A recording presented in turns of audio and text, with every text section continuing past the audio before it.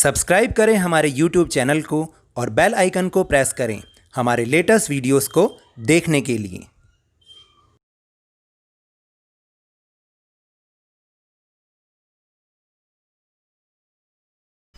Hello and welcome to Lavneesh Sir की class. This is Directorate of Education, GNCT of Delhi's worksheet number 41, and it is for class 9 student.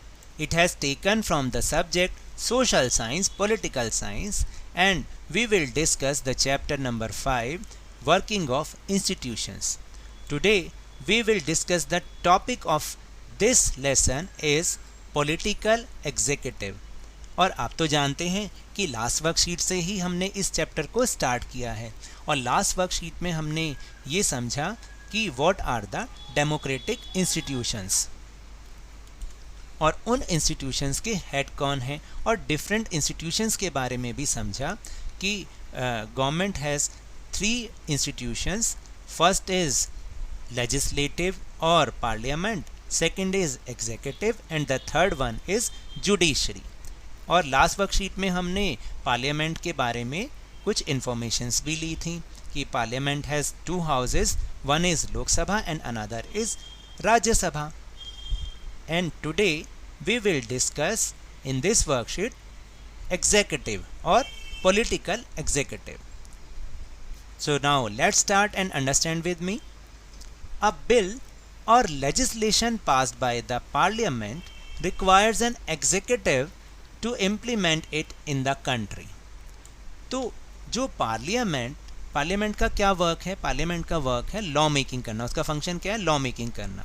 तो जो भी वो law को बनाती है उसको इम्प्लीमेंट करने के लिए, पूरी कंट्री में इम्प्लीमेंट करने के लिए एक एग्जीक्यूटिव की ज़रूरत होती है और वही एग्जीक्यूटिव ये पॉलिटिकल एग्जीक्यूटिव कहलाती है या एग्जीक्यूटिव कहलाती है। Therefore, the institution that executes the policies of the government is called the executive. और जो इंस्टीट्यूशन गवर्नमेंट की पॉलिसीज़ को एग्जीक्यूट करता है, इम्प्लीमेंट करता है कंट्री में, उसे हम एग्जीक्यूटिव कहते हैं। The next topic is part of executive. There are 2 parts of executive. One is political executive and the another one is permanent executive. What is political executive? It is elected by the people for a specific period of time. तो देखिए executive के 2 parts होते हैं। एक को हम political executive कहते हैं, यानी कि वो लोग जिन्हें citizens of India directly elect करके कुछ स्पेसिफिक पीरियड ऑफ टाइम के लिए भेजते हैं। जैसे कि आमतौर पर क्या होता है कि 5 इयर्स के लिए। और ये लोग कौन होते हैं? All the ministers, all the member of parliament, they are called political executive. और आप देखिए कि जो डिफरेंट मिनिस्ट्रीज़ होती हैं उनके जो हेड होते हैं वो ही ये पॉलिटिकल एग्जीक्यूटिव होते हैं और ये एक स्पेसिफिक पीरियड ऑफ टाइम जैसे कि 5 इयर्स के लिए ही इलेक्ट होकर आते हैं। और what is permanent executive?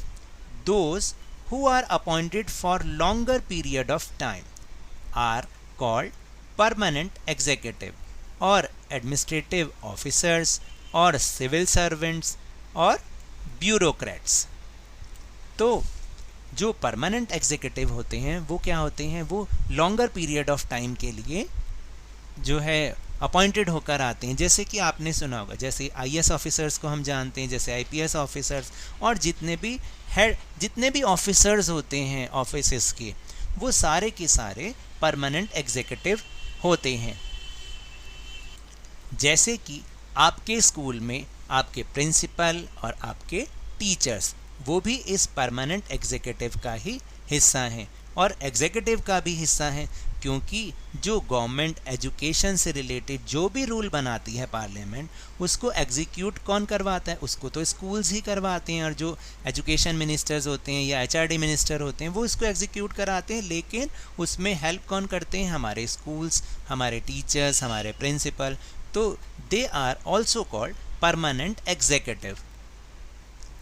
Now let's go to our next topic, Prime Minister and Council of Ministers। जैसे कि लास्ट वर्कशीट में हमने बात की थी कि प्राइम मिनिस्टर और प्रेसिडेंट दो important institutions of the country हैं। मोस्ट ऑफ द जो राइट्स हैं उनको यूज़ करने वाले वो कौन होते हैं? प्राइम मिनिस्टर होते हैं। लेकिन प्राइम मिनिस्टर अकेले नहीं होते, उनके साथ पूरा ग्रुप ऑफ मिनिस्टर्स या काउंसिल ऑफ मिनिस्टर्स होते हैं। तो चलिए उनके बारे में एक बार हम समझते हैं। The prime minister is the most important political institution in the country, यानी जो प्राइम मिनिस्टर होते हैं वो मोस्ट इम्पॉर्टेंट पॉलिटिकल इंस्टीट्यूशन होते हैं। The president appoints only to the leader of the party और coalition party with majority in the Lok Sabha, and also appoints other ministers on the advice of Prime Minister provided they are members of the Parliament। तो यहाँ ये समझाया गया है कि जो president होते हैं वो उसी व्यक्ति को ही प्राइम मिनिस्टर इलेक्ट करते हैं, अपॉइंट करते हैं, जिसको कि लोकसभा में मेजॉरिटी मिली हो। जिस पार्टी को लोकसभा में मेजॉरिटी मिली हो उसी पार्टी के लीडर को जो प्रेसिडेंट होते हैं वो प्राइम मिनिस्टर अपॉइंट करते हैं, और उन्हीं के ही एडवाइस पर, फिर प्राइम मिनिस्टर के एडवाइस पर वो दूसरे मिनिस्टर्स को भी अपॉइंट करते हैं, लेकिन बशर्ते वो सारे के सारे मेंबर्स ऑफ पार्लियामेंट होने चाहिए। चाहे लोकसभा के मेंबर ऑफ पार्लियामेंट होने चाहिए, चाहे वो राज्यसभा के मेंबर्स होने चाहिए। If a person is not a member of parliament, then it is necessary to get elected as a member of any house of the parliament within 6 months of his becoming a minister। तो कई बार ऐसा भी होता है कि जो government है, जो प्राइम मिनिस्टर हैं, वो किसी ऐसे पर्सन को मिनिस्टर बनाना चाहते हैं जो इन दोनों हाउसेज में से किसी का भी मेंबर नहीं है, तो वो बना सकते हैं, लेकिन उन्हें with in the 6 month in दोनों हाउसेज में से किसी एक हाउस का मेंबर जो है अपॉइंट होना, सेलेक्ट होना बहुत ज़रूरी है। And the next topic is very very important, which is type of ministers.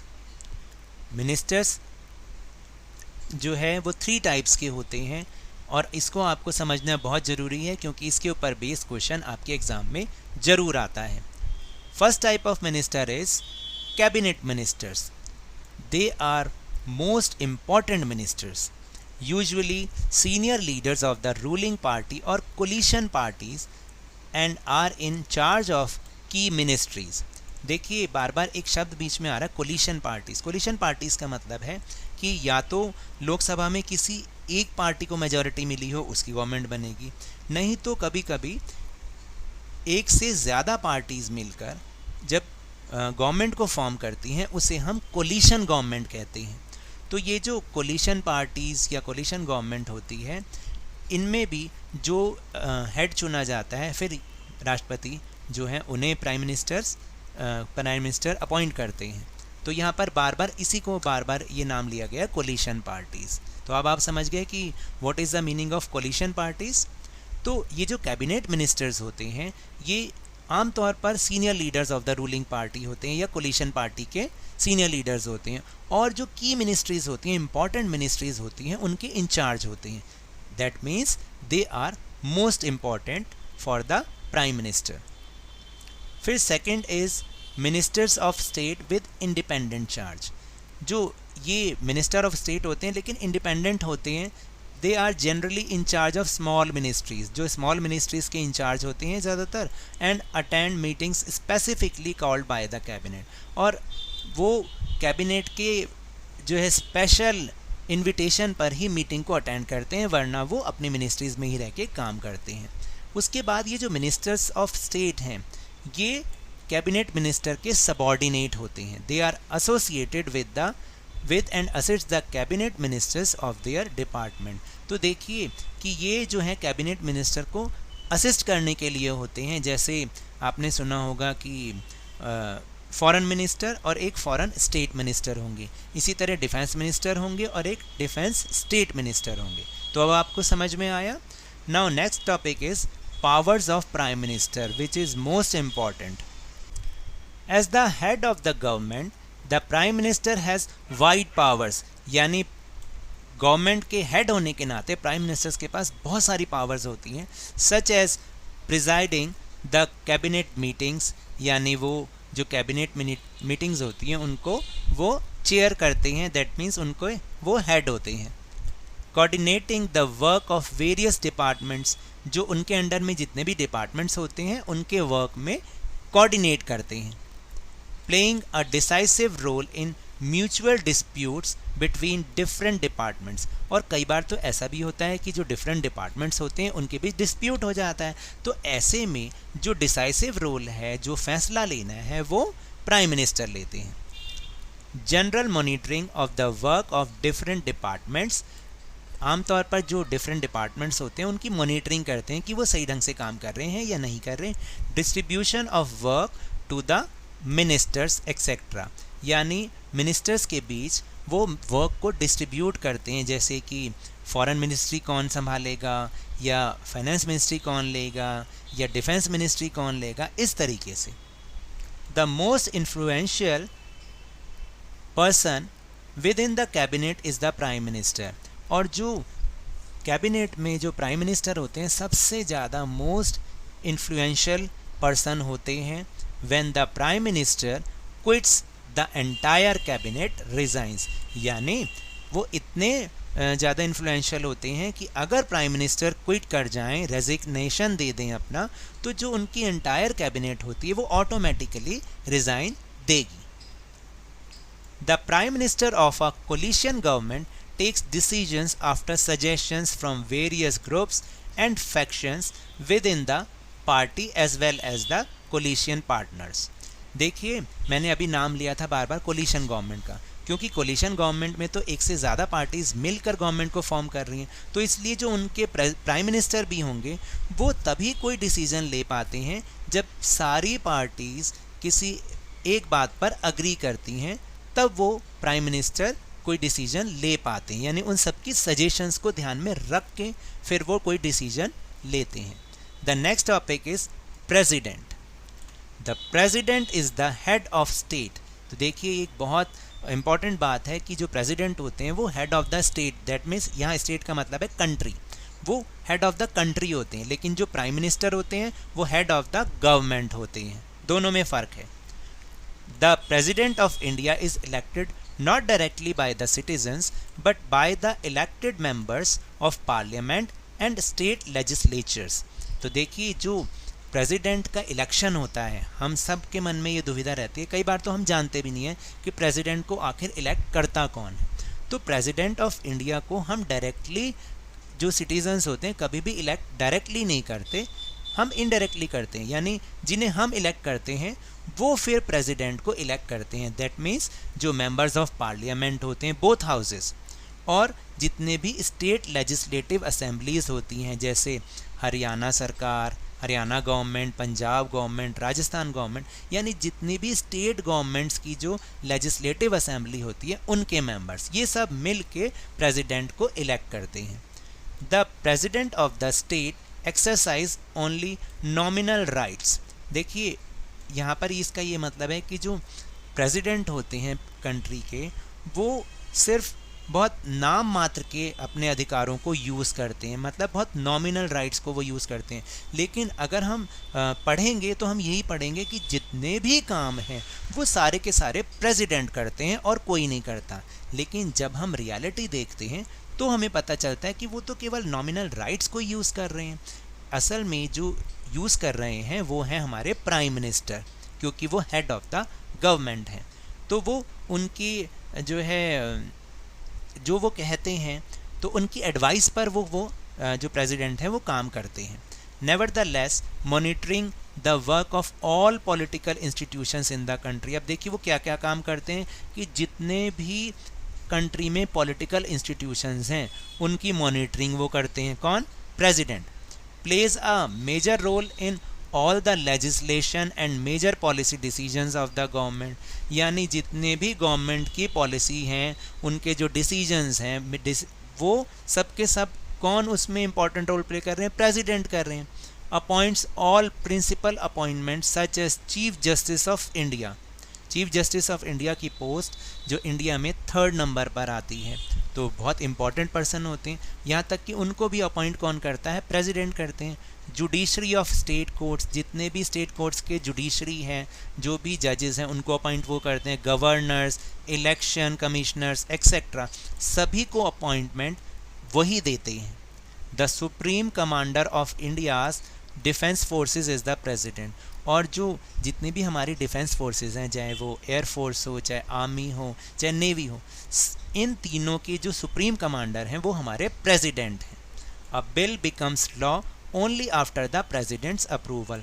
और एक बिल लॉ तब बन पाता है जब जो प्रेसिडेंट होते हैं उनकी अप्रूवल मिल पाती है। तो आपने देखा कि देखने में तो ये है कि प्रेसिडेंट जो इस देश का जितने भी कंट्री का सारा काम वही करते हैं, लेकिन जब हम एक्चुअली देखते हैं तो वो ये सारा काम नहीं करते, बल्कि वो किसी की एडवाइस पे करते हैं। जैसे लोकसभा पास करेगी किसी बिल को, फिर राज्यसभा पास करती है। अगर उन दोनों ने पास कर दिया तो जो प्रेसिडेंट होते हैं वो 3 टाइम्स से ज़्यादा उसको वापस भेज नहीं सकते, अल्टीमेटली उन्हें साइन करना ही पड़ता है। तो अब आप समझे कि रियलिटी क्या है और जो थियोरेटिकल वो क्या चीज़ है। तो these are the topics of this worksheet. Now we'll move on our question answer section.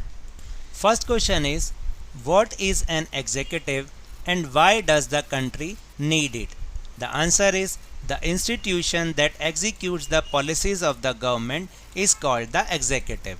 A bill or legislation passed by the parliament requires an executive to implement it in the country. That is why we need it. And the second question is, what is the difference between a political executive and a permanent executive? तो यहाँ पर मैंने आप देखिए वहाँ तो worksheet में बहुत कम दोनों में डिफरेंस लिखे थे, तो मैंने 5 मार्क्स के हिसाब से यहाँ पर आपको ये आंसर प्रोवाइड कराया है। आप चाहें तो इसको कट शॉर्ट करके 3 पॉइंट्स भी कर सकते हैं, जो कि 3 मार्क्स के लिए एलिजिबल हो जाएगा। तो answer is, in a democratic country there are 2 types of executive, जैसे मैंने आपको बताया था।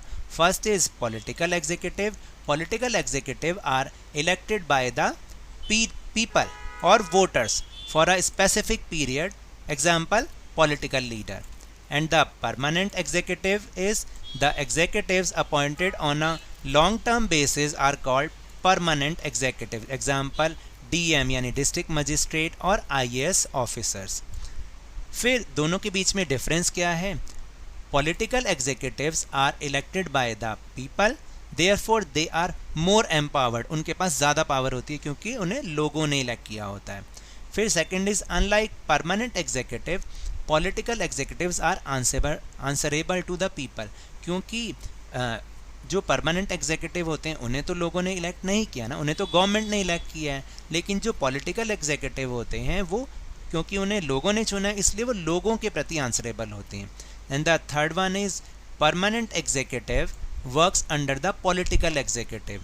वो जो परमानेंट एग्जीक्यूटिव होते हैं वो पॉलिटिकल एग्जीक्यूटिव के अंडर में काम करते हैं and assist them in carrying out day to day administration, और उनको रोज़मर्रा के काम चलाने में हेल्प करते हैं। Fourth is, all policy decisions are taken by the political executive. जो भी पॉलिसी डिसीजन लेना होता है वो पॉलिटिकल एग्जीक्यूटिव यानी कि मिनिस्टर्स लेते हैं, और परमानेंट एग्जीक्यूटिव्स इम्प्लीमेंट देम। जो परमानेंट एग्जीक्यूटिव होते हैं वो उसको केवल इम्प्लीमेंट करते हैं। And the fifth is, permanent executives are expert in their fields. जो परमानेंट एग्जीक्यूटिव होते हैं जैसे DM, IAS, IPS ऑफिसर्स, ये अपनी फील्ड में एक्सपर्ट होते हैं, but political executives have to see the welfare all. लेकिन जो पॉलिटिकल एग्जीक्यूटिव होते हैं उन्हें सभी का भला देखना होता है, वो इस तरीके से काम करते हैं। Third question is, what are the powers of the prime minister in our country, describe. Answer is, as the head of the government of the prime minister has wide powers such as presiding the cabinet meetings, coordinating the work of various departments. Third is playing a decisive role in mutual disputes between different departments. Fourth is general monitoring of the work of different departments. And the fifth is distribution of work to all ministers etc. आप इसे इस तरीके से point में लिखते हैं तो आपको अच्छे से समझ भी आएगा। And the last question is, write the importance of the role of the president in the country. So the answer is, आपको थोड़ा आंसर बड़ा लगेगा लेकिन आप इसको कट शॉर्ट भी कर सकते हैं, उसमें कोई दिक्कत वाली बात नहीं है। मैंने उसको 5 मार्क्स के हिसाब से लिखा है। The president is the head of state.